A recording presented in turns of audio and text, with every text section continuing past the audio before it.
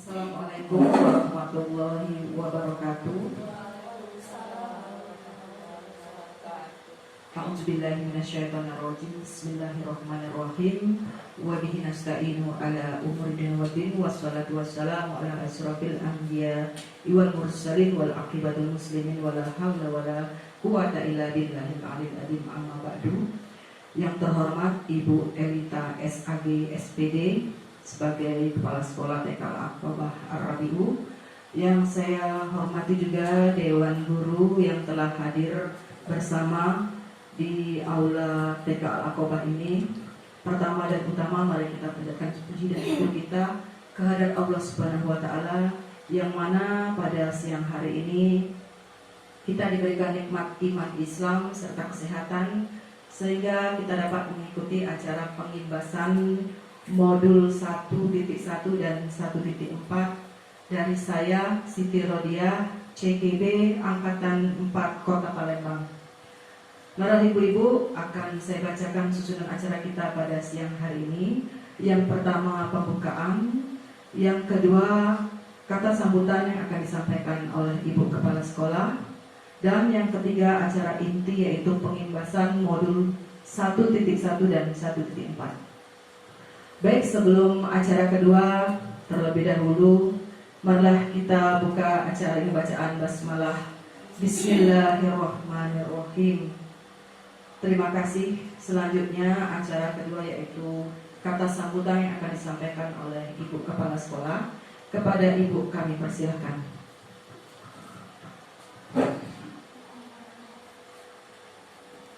Assalamualaikum warahmatullahi wabarakatuh. Waalaikumsalam warahmatullahi wabarakatuh. Asyhadu an la ilaha illallah wa asyhadu anna Muhammadan abduhu wa rasuluh. Puji dan syukur selalu kita panjatkan kehadiran Allah Subhanahu wa Ta'ala, di mana pada hari ini kita bisa berkumpul di sini dalam acara pengimbasan yang akan dipaparkan nanti oleh Ibu Siti Rodiah SPD sebagai CGP Angkatan 4 tahun 2022. Sebetulnya sebagai kepala sekolah itu tidak tahu banyak tentang apa yang akan dipaparkan oleh Ibu Siti Rodiah tentang pemikiran filosofi Ki Hajar Dewantara. Nanti akan kita dengarkan apa yang akan dipaparkan oleh Ibu Siti Rodiah. Billahi taufiq wal hidayah. Wassalamualaikum warahmatullahi wabarakatuh. Waalaikumsalam.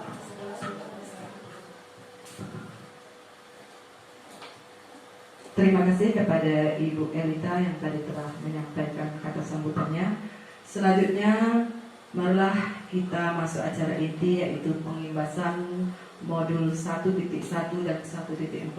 Saya akan memberikan paparan mengenai pokok pemikiran filosofi dari Ki Hajar Dewantara.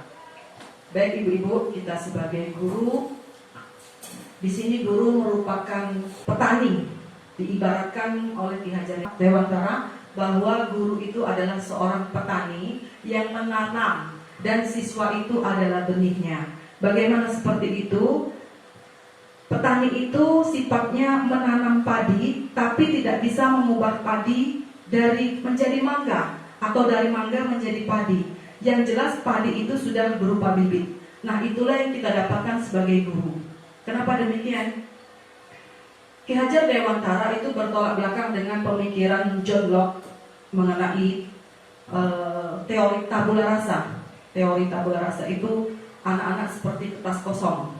Kan selama ini kita berpikirnya seperti itu. Jadi anak itu seperti kertas kosong yang kita didik, nanti mau dijadikan apa anak tersebut. Ternyata tidak. Ki Hajar Dewantara mempunyai pemikiran bahwa kita ini adalah petani yang apabila menginginkan siswa kita baik, maka kita pupuk, kita beri pengairan, kita beri lahan, kita beri benihnya, pilih benih yang subur.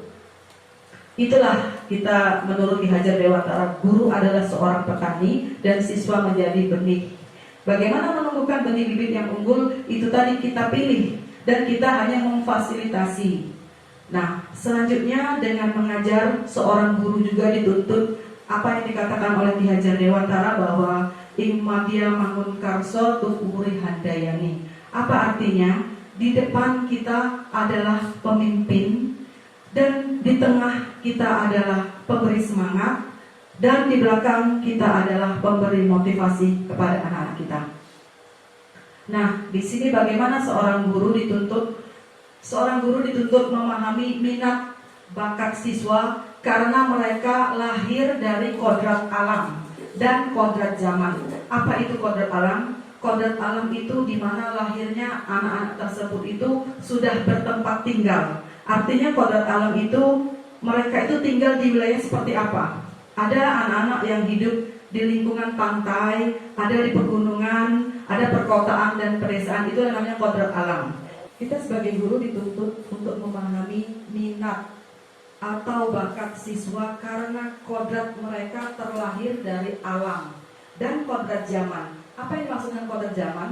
Kodrat zaman di sini berarti kita ini sekarang berada di era globalisasi yang menuntut siswa untuk mengerti tentang IT, tentang laptop dan lain sebagainya. HP sudah bertebaran di mana-mana. Nah, disitulah kita sebagai guru harus lebih bisa dari mereka untuk bisa mengetahui bakat dan minat mereka. Nah, di sini juga Ki Hajar Dewantara mempunyai pemikiran bahwa dengan bermain adalah salah satu tuntutan jiwa anak. Mempersiapkan sebuah permainan yang sekiranya itu dapat mendidik. Ki Hajar Dewantara juga membedakan antara pengajaran dan pendidikan. Pendidikan adalah tuntunan bagi setiap siswa yang mempunyai kodrat tadi. Sedangkan pendidik dituntut sebagai petani. Dinyatakan oleh Ki Hajar Dewantara tadi, telah saya sampaikan di depan, bahwa petani yang baik akan merawat bibitnya dengan baik pula. Sedang pengajaran, di sini pengajaran adalah pendidikan dengan cara memberi ilmu dan pengetahuan agar bermanfaat bagi kehidupan lahir dan batin. Pengajaran itu lebih condong mendidik budi pekertinya daripada akademinya. Pemikiran Ki Hajar Dewantara adalah sebagai berikut: menuntut segala kodrat yang ada pada anak agar mereka dapat mencapai keselamatan dan kebahagiaan setinggi-tingginya, baik sebagai manusia maupun sebagai masyarakat. Ki Hajar Dewantara juga mengibaratkan peran kita sebagai guru adalah seorang petani. Apa saja pemikiran Ki Hajar Dewantara? Beliau mencetuskan semboyan ing ngarso suntolodo di depan dengan memberi teladan, ing madyo mangun karso di tengah membangun semangat, dan tun uri handayani di belakang memberi dorongan atau motivasi. Selanjutnya Ki Hajar Dewantara mengartikan untuk penting memperhatikan kodrat dari dalam diri anak, kodrat alam dan kodrat zaman. Nah, menurut Ki Hajar Dewantara, melalui pembudayaan, buah budi manusia yang beradab dan buah perjuangan manusia terhadap dua kekuatan yang selalu hidup manusia, itu kodrat alam dan kodrat zaman atau masyarakat. Pendidikan itu sifatnya hakiki ya Bu ya. Nah, dalam pembudayaan buah budi manusia tadi akan terbentuklah profil pelajar Pancasila. Apa itu profil pelajar Pancasila? Profil pelajar Pancasila yaitu mempunyai 6 karakter: beriman dan bertakwa kepada Tuhan Yang Maha Esa, kebinekaan global, gotong royong, kreatif, bernalar positif, dan mandiri. Mari kita lihat. Nah, ini seperti ini. Ini yang dituntut sekarang ini. Sebagai guru kita harus mencetak anak didik kita untuk menjadi profil pelajar Pancasila.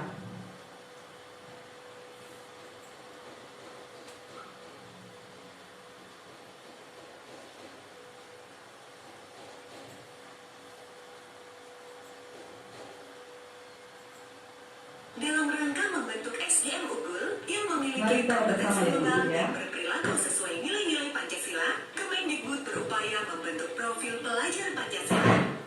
Apa itu profil pelajar Pancasila? Disimak ya.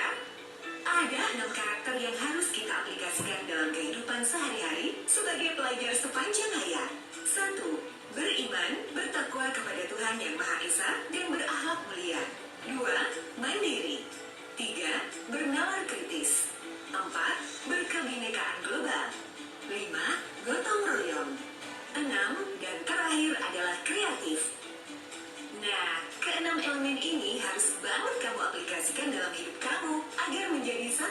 persatuan yang saling mendukung dan berkesinambungan satu sama lain. Di, kata ibu, kamu mau jadi profil pelajar Pancasila ya? Iya dong ya. Berarti kamu tahu dong aspek untuk menjadi profil pelajar Pancasila.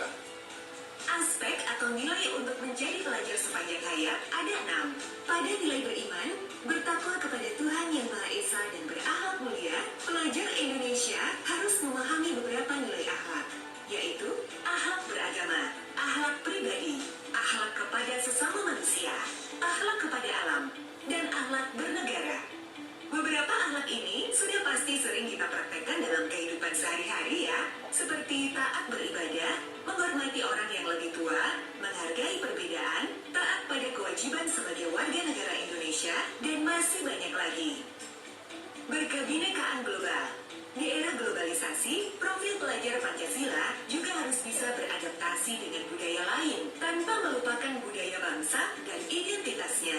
Dalam hal ini, termasuk mengenal dan menghargai berbagai budaya, mampu berkomunikasi dan mengenal keunikan masing-masing budaya, dan mampu memanfaatkan pengalaman berkebinekaan agar menghargai dan menghormati budaya lain. Gotong royong.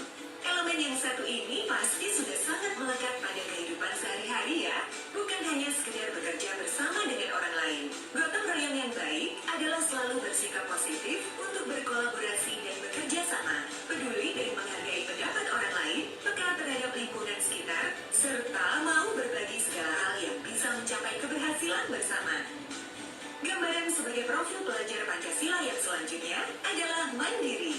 Walaupun terdengar mudah dan sudah merasa menjadi bagian dalam diri, ternyata mandiri yang baik, salah satunya yaitu sadar atas kemampuan dirinya, bisa mengendalikan emosi, dan tahu apa yang diperlukan untuk pengembangan dirinya.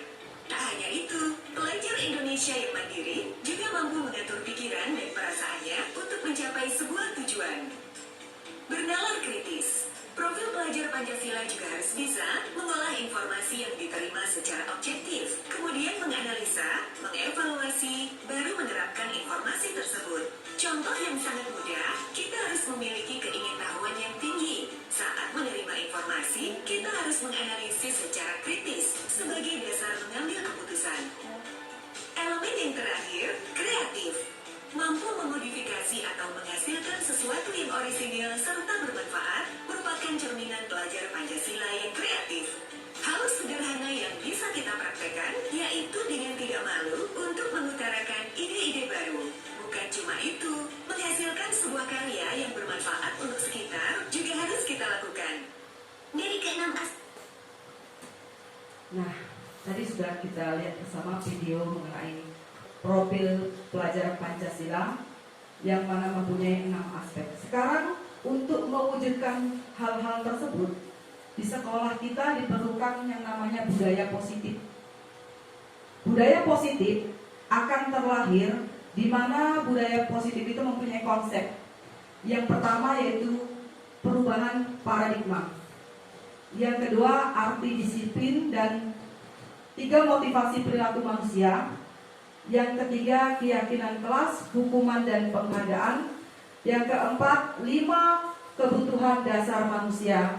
Dan yang kelima, 5 posisi kontrol. Serta yang terakhir 6, segitiga restitusi. Ini adalah bagaimana cara kita mengembalikan anak-anak yang mempunyai kelebihan atau kekurangan, sehingga mengembalikan mereka kepada kelompoknya. Mari kita lihat bersama.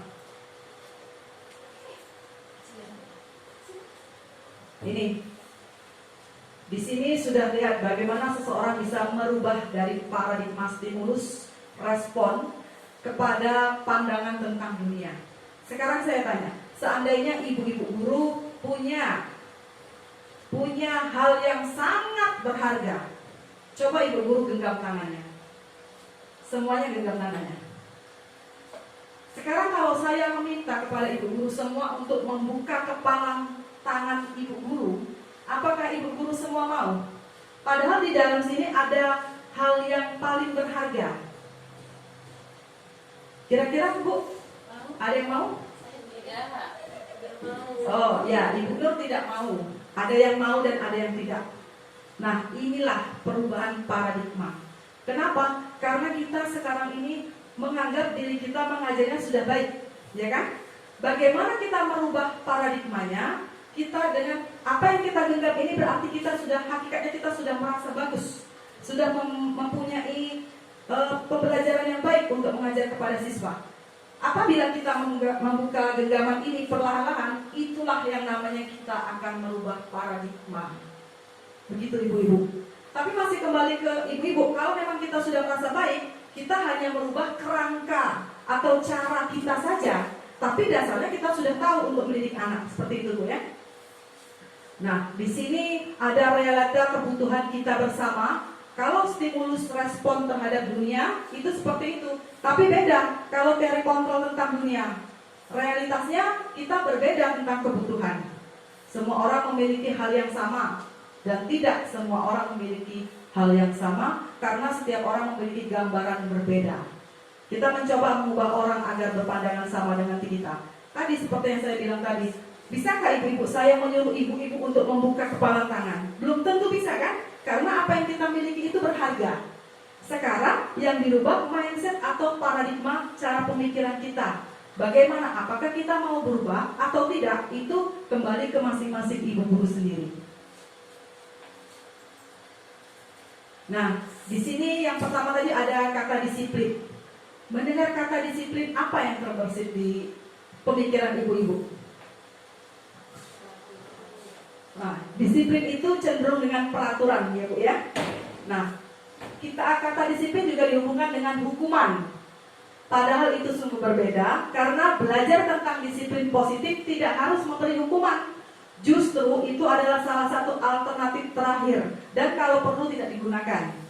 Dalam budaya kita, makna disiplin itu dimaknai menjadi sesuatu yang dilakukan seseorang pada orang lain untuk mendapatkan kepatuhan.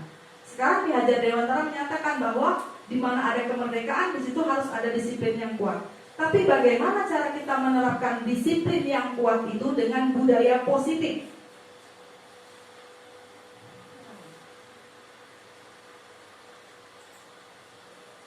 Kita di dalam kelas itu sering cenderung membuat peraturan. Anak tidak boleh seperti ini, anak tidak boleh seperti itu, anak jangan melakukan ini, anak jangan melakukan itu. Tapi pernah nggak kita kepikiran terbersih dalam hati untuk bagaimana supaya peraturan yang kita buat tadi dengan kesadaran mereka sendiri, yaitu dengan membuat keyakinan kelas. Mengapa keyakinan kelas? Kalau peraturan itu cenderung ada hukuman, ya kan? Kalau keyakinan kelas itu, mengapa kita memiliki peraturan tentang penggunaan masker dan mencuci tangan? Misal, seperti itu. Kita tumbuhkan di dalam diri dan dalam hati anak-anak tersebut kesadaran bahwa apa yang mereka lakukan, apa yang beliau lakukan itu kesadaran diri untuk menjaga kesehatan dan keselamatannya. Bukan karena kita, karena tidak memakai masker, kita hukum. Tidak seperti itu. Tetapi kita lebih cenderung bagaimana menanamkan nilai-nilai bahwa apabila anak-anak tidak memakai masker atau mencuci tangan dengan baik, yang akan terjadi, beliau akan sakit, seperti itu misalnya. Nah itu, keyakinan kelas itu yang kita buat. Ini pembentukan keyakinan kelas, ada beberapa, bisa saya sebutkan. Keyakinan kelas bersifat lebih abstrak daripada peraturan yang lebih rinci dan konkret. Keyakinan kelas berupa pernyataan-pernyataan universal. Pernyataan-pernyataan seperti apa? Mereka yang membuat, anak-anak yang membuat pernyataan. Kita pancing anak-anak untuk membuat pernyataan. Kalau seperti ini akan terjadi seperti ini. Beliau akan menyadari dengan sendirinya. Pernyataan keyakinan kelas senantiasa dibuat dalam bentuk positif. Jadi kita libatkan anak-anak itu untuk membuat keyakinan kelas. Mereka yang tidak melakukan akan merasa menyesal. Kenapa tidak melakukan? Seperti itu. Nah, di sini ada 5 kebutuhan dasar manusia. 5 kebutuhan dasar manusia, yaitu kebutuhan untuk bertahan hidup, cinta dan kasih sayang, kebebasan, kesenangan dan kekuasaan. Ketika seorang murid melakukan suatu perbuatan yang bertentangan dengan nilai-nilai kebajikan atau melanggar peraturan, hal itu sebenarnya dikarenakan mereka gagal memenuhi kebutuhan dasar mereka. Seperti itu. Jadi apabila ada siswa atau anak didik kita yang melakukan pelanggaran, artinya beliau gagal untuk melaksanakan kebutuhannya. Yang pertama yaitu kebutuhan bertahan hidup.